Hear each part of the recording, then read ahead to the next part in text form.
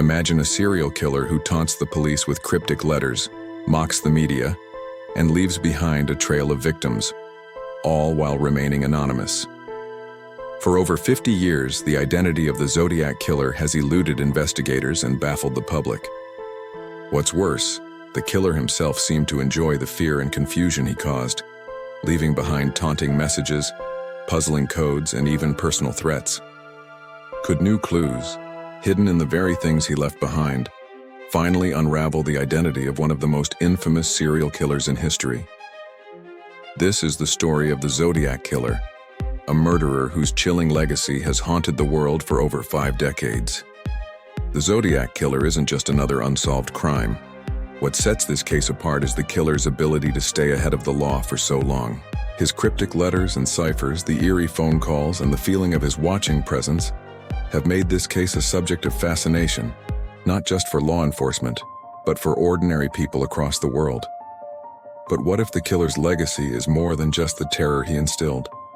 What if it is the psychological profile he leaves behind, his ability to control the narrative and make everyone feel like they're a part of the game? Today, we'll look at the case from a unique angle, exploring the new clues and breaking down what we now know about the killer's psychology and motives. The Zodiac Killer's reign of terror began on December 20th, 1968, when high school students Betty Lou Jensen, 16, and David Faraday, 17, were shot and killed on a remote road near Vallejo, California. The couple had gone on a date, and while parked in their car, they were ambushed by a gunman. Though this attack is often considered the Zodiac's first at the time, it was dismissed as a random act of violence.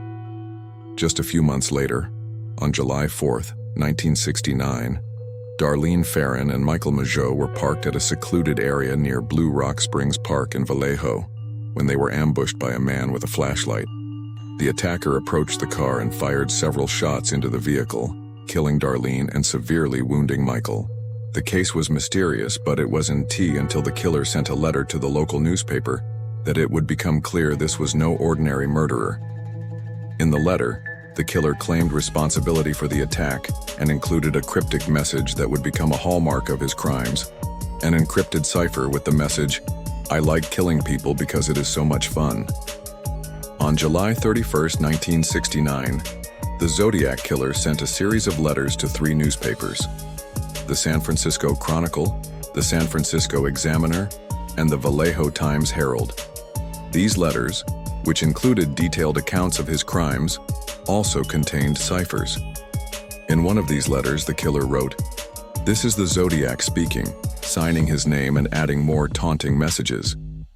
These letters were unsettling, but they were also puzzling. Why the ciphers? Was the killer trying to outwit the police, or was he trying to send a deeper message? Over the next few years, the Zodiac Killer continued to strike, leaving behind a series of murders, including the killings of Brian Hartnell and Cecilia Ann Shepard in 1969, and the double homicide of Brian Hartnell and the young woman he was with.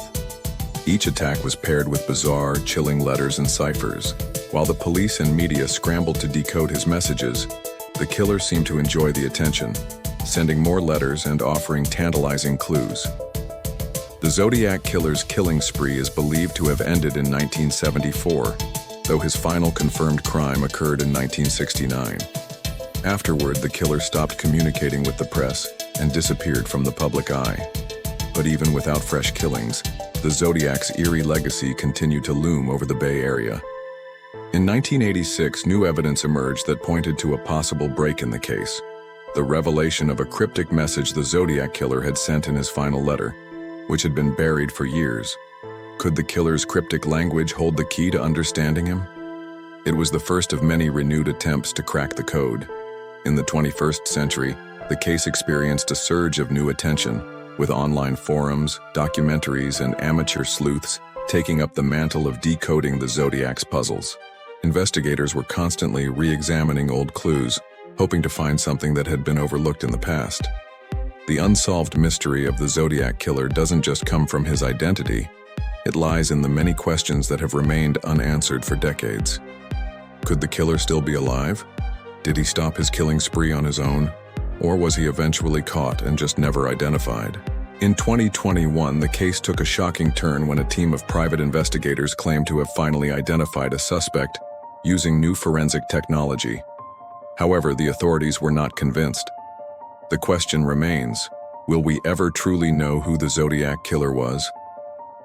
One of the most chilling aspects of this case is the Zodiac's taunting nature.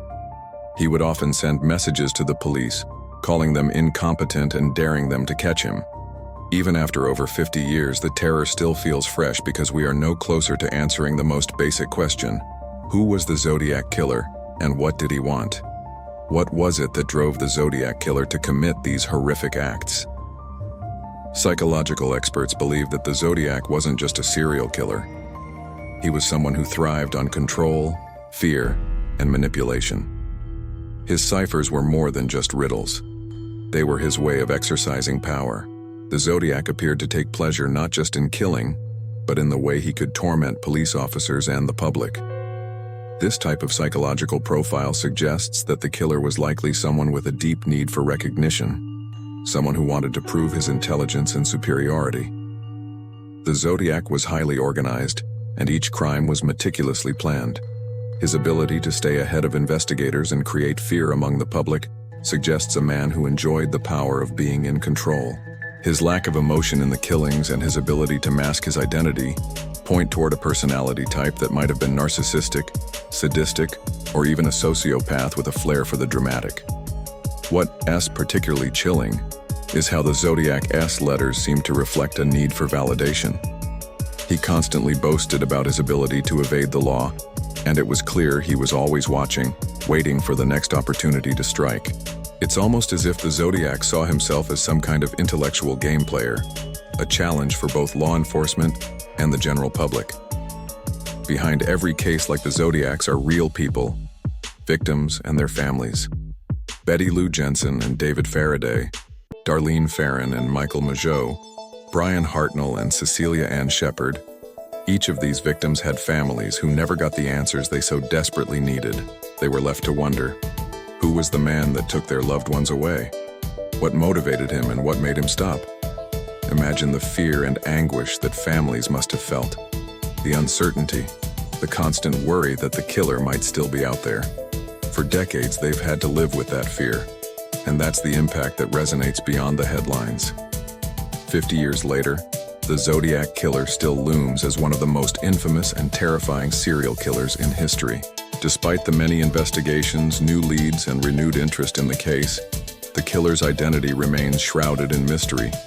The chilling truth is that we may never know for certain who the Zodiac Killer was, but with each passing year, the hope that new clues will lead to the killer's identity grows.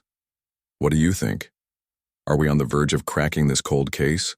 Or will the Zodiac's identity remain an enigma forever? Share your theories in the comments below, and let us continue the conversation about one of the most baffling and terrifying mysteries in criminal history.